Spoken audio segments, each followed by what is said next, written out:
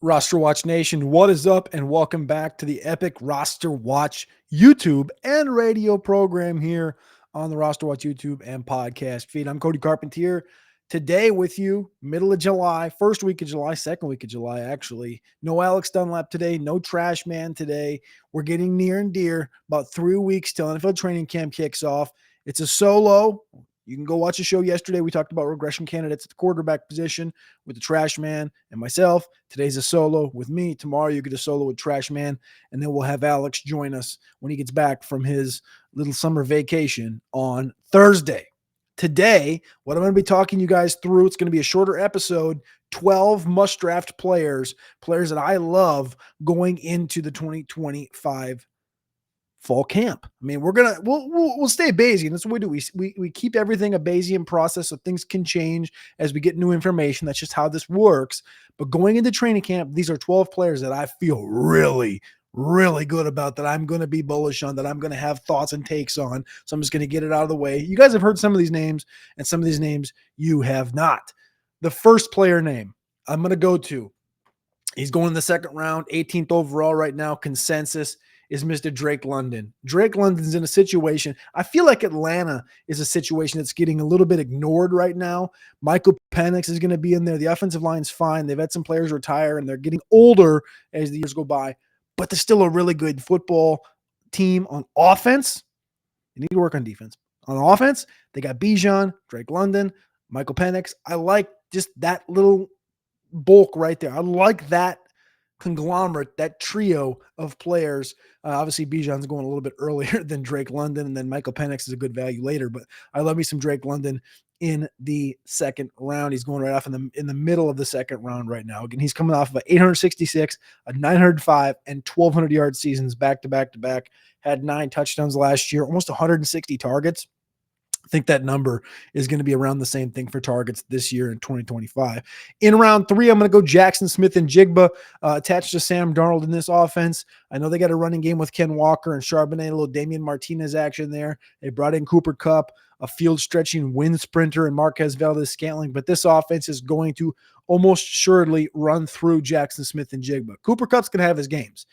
There ain't no way getting around that. But I'm going Jackson Smith-Njigba in the third round. I love the value here. He's going right on Terry McLaurin, just a notch ahead of Garrett Wilson. I could have put Garrett Wilson on this list as well, but in the third round, if I had to get one player, it'd be Jackson Smith-Njigba as a must-draft player in 2025.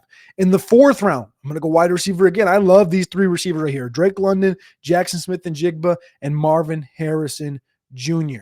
Marvin Harrison Jr. are attached to Kyler Murray in that offense. They didn't add but nothing. Zay Jones, Greg Dortch.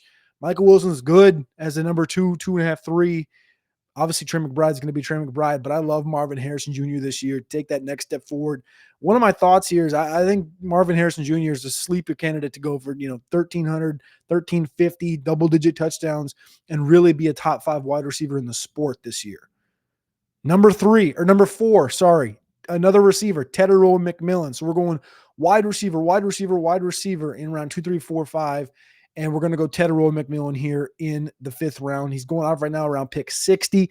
He is the Malik Nabers of 2025. And that's where I'm going to stand right now today. I know a year ago, I got way bullish on Tetairoa McMillan, or not on Tetairoa, on Malik Nabers into the 3rd round. We're pushing him all up to the early 3rd. We're in the late 5th.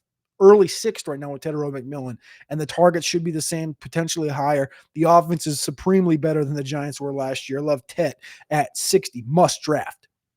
Next, we're going to go Caleb Johnson at the 6'7" turn, the running back for the Pittsburgh Steelers.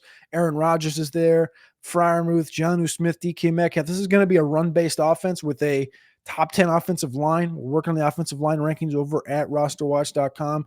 Caleb Johnson's in a great spot. I've talked about Caleb Johnson a ton, so I'm not going to bore you guys with that. Next, I'm going to go Calvin Ridley. So we're going to have another receiver on this list. A lot of receivers so far, but I love Calvin Ridley. Not something I ever thought in my life I would say, but when you look at this guy's career, age 24 rookie season 2018, 8 yards. 25-year-old, 860 yards. 26 years old, 1,309 touchdowns. Age 27, obviously the season cut short. 5 games, did not play in 2022, age 28, age 29 in Jacksonville, 1,000 yards on a new team. Age 30 in Tennessee, 1,000 yards on a new team. Age 31 with a better quarterback, and we've heard a lot of good praise from Cam Ward about Calvin Ridley, and we're getting Calvin Ridley right now in the early part of the 7th round. Absolutely love Calvin Ridley here as my 6th must-draft player. And my 7th must-draft player is going to be Kyler Murray. I've talked about Marvin Harrison Jr. already. I like this stack of Marvin and Kyler, Trey, Marvin, and Kyler. I don't care how you slice it up and dice it up. I love Kyler. 18.1 fantasy points per game last year was good for QB 12. Another year removed from the ACL in 2023. This is a guy that pre-ACL finished as QB 7, QB 4, and QB 3 the previous 3 seasons. And he just had this last year the second most rushing yards he's had in his career outside of that second season when he had 819 yards on the ground and 11 rushing touchdowns. I think we see an uptick. James Conner's a year older. Trey Benson's going to get some more role here, but this offense is going to run through Kyler, Marv, McBride, and James Conner, and Kyler's going to have his legs cooking in his age 28 season. Don't forget this guy's got wheels, and another year removed from the ACL is a big, big deal. So Kyler Murray is going to be one of my quarterbacks to must draft. Number 8, Travis Etienne, pick 101 overall. Enough said. The value's too much right now on Travis Etienne. Across the board, too, like the one place he's actually inside the top 100 is on the Draft Wizard tool and Fantasy Pros. Everywhere else, he's in the 120, 117, 113. Like, he's not good. This is Etienne's backfield until further notice. Later on, late 9, early 10, we're going to go Jordan Mason. I've talked about this a couple of weeks ago on the Hot Take Show. I think Jordan Mason, I would put I don't even know how to explain this, put odds on this, but Jordan Mason would not surprise me in the slightest if he led the NFL in rushing touchdowns.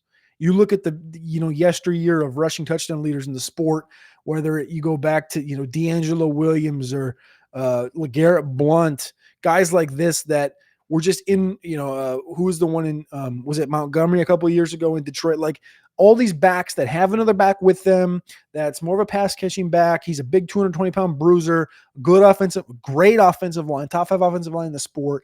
A quarterback that, he's a pseudo rookie, but he should be able to control this offense. He's got weapons on the outside. This is an offense that should be top 6, 7 in scoring in the league. And you got Jordan Mason back here as your potential goal line back. Jordan Mason, around 9-10 is fantastic value right now. Next on the list, we're going to go Keon Coleman. I mean, Keon Coleman last year, I don't know what's not to really what's not to like. I understand what is potentially not to like as far as what you got last year, because it was like 500 yards on 28 catches or something, 29 catches, 556, 4 touchdowns, averaged 19 per reception. Did not have great rapport with Josh Allen early on. I understand that. But the season grew on. It got better. He's age 22. He doesn't have the fastest 40, but that's not his play style. He's 6'3", 218 pounds. He plays like a Nico Collins, like a Cedric Tillman, these guys. And who's really in Buffalo to compete with him? Are you scared of Khalil Shakir? Are you scared of Elijah Moore? Is that what we're doing? Are you scared of Josh Palmer? Keon Coleman's the alpha's alpha.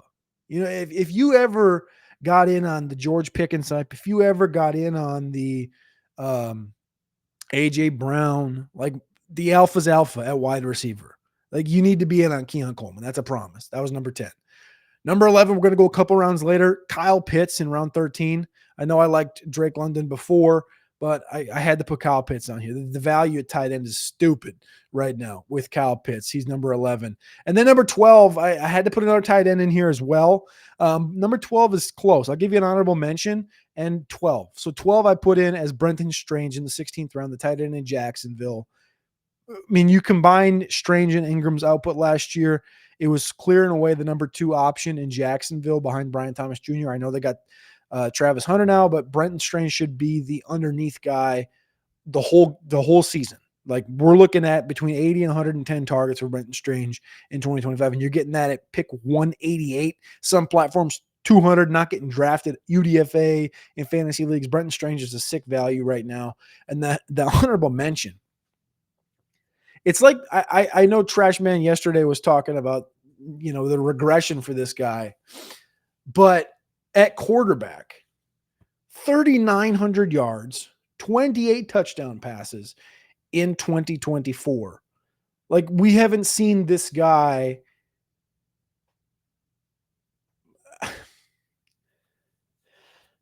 He's not toast. Top 10 offensive line, rookie runner, 220 plus pounds, 2 pass catching backs, the alpha's alpha on the outside, veterans on the inside, and Robert Woods, youngsters Roman Wilson and Calvin Austin. You got Freiermuth and Jonnu Smith. You got DK Metcalf. You got weapons. You got a good defense, and you got a good schedule. Aaron Rodgers in the 16th round. Give me a fantasy football team with Kyler Murray and Aaron Rodgers as my 2 quarterbacks as value in the 16th round and Kyler Murray in the 8th round.